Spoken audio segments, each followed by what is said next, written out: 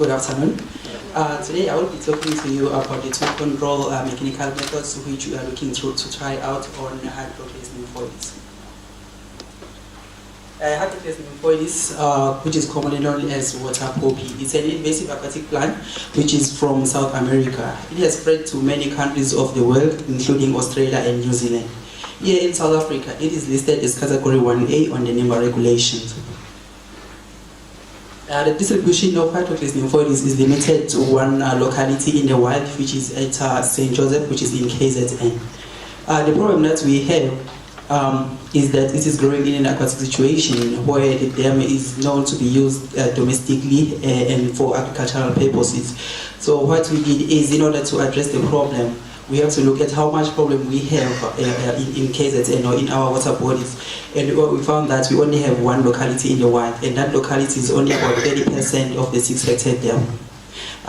The dam, since the dam is known to be used domestically and for agricultural purposes, we make herbicide control method was not feasible, and then we opted to mechanical control method.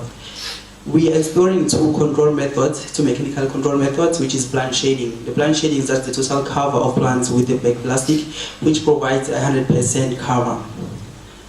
And the second method is uprooting using aquatic rakes or using by hands where possible. As we can see on the pictures on the left, is the picture that is showing the aquatic rake, and then there's another picture which is showing the manual removal by hand. When we were looking at both these methods, we looked at the pros and cons. They both have their own good and they both have their own negatives as well. The plant shading method, if you look at it, it is easy to move from one point to another for spot treatment, and then in that way we can avoid the areas with the most indigenous vegetation. And the negative thing about this method is that it costs a lot, and then it also requires a certain skill in order to set the experiment up. And it is also not practical for bigger infestations. And then we look at the uprooting method. It also has its own pros and cons. This one is relatively cheap, and it requires no skill because you just go into the dam and then use your hands or use whatever equipment that is given or that is provided for this work now. And also, there's no plant decay that may be left in the water because you remove everything and then you bag it and go and dump it somewhere where it's safe, that it won't be in contact with water again. And when we look at the negatives of this control method, is that some indigenous plants may be removed during the control process, and also it is labor intensive and requires a lot of time. Plant material may break off during the control, and that might lead to the spread of these species. During our control methods, we will be collecting data. These are the sort of data that we'll be looking at. We have to measure the biomass. We have to list the species that are co-occurring so that we'll know how much of indigenous vegetation is there, and then how much is left after we have done with the control. Is it growing back? Is it still dying? Does it have any effects at all? By this study, we are looking to determine the best management practice and also influence the decision making on aquatic invasive alien plants in South Africa. I thank you.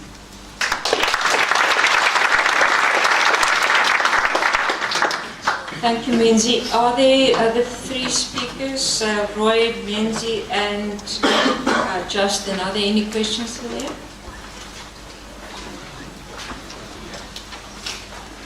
Was a nice lunch. No? Marcus.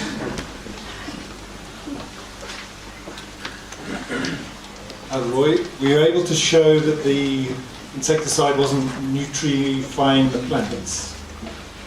Yeah, look, there's literally 3 years of work in 5 minutes. So I did, as part of my pot trial tests, I looked at that, and it proved that there was nothing like that. So I was quite happy with this.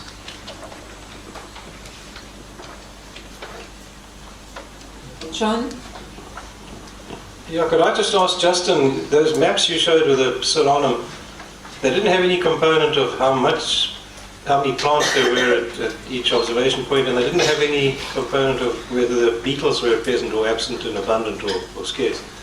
Can you incorporate that in your citizen science mapping? Yeah, you know, those are just very small, little simple mapping techniques that I use. So it was just driving around the towns and clicking on them. You can, if you zoom into it, you do get a better idea of the abundance. But a dot could mean that it's just next to the road, or it actually is into someone's vegetable garden and so on. So we need to describe that in better detail. In terms of the beetle, we found that the beetle was not present at any of the sites.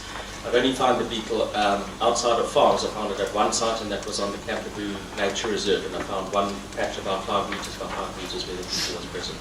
Apart from that, we didn't ever find it. Okay, so that's really interesting.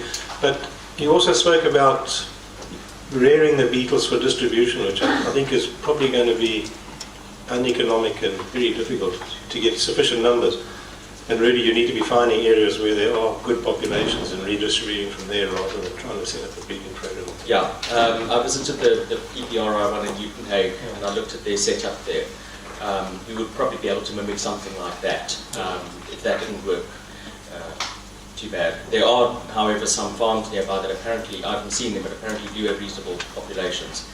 And so if we can find a source like that, then all we need to do is coordinate how they're collected and distributed and so on, rather than trying to do it ourselves, for sure.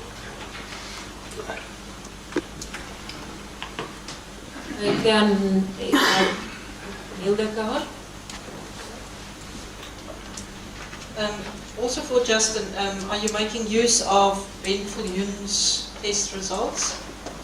He normally publishes in plant soil or applied plant science, and I know he recently published something about Southern's also. So maybe don't reinvent the wheel. No, we certainly don't want to reinvent the wheel. Ben Viljoen did come up to Uprooting. We had a look around, mainly the Puntia, but a couple of other things. I know that one of his accidental findings was that herbicides kill the beetle. So that adds a special dimension to managing it on irrigation farms and so on where they use it. But I will have a look after that type of thing.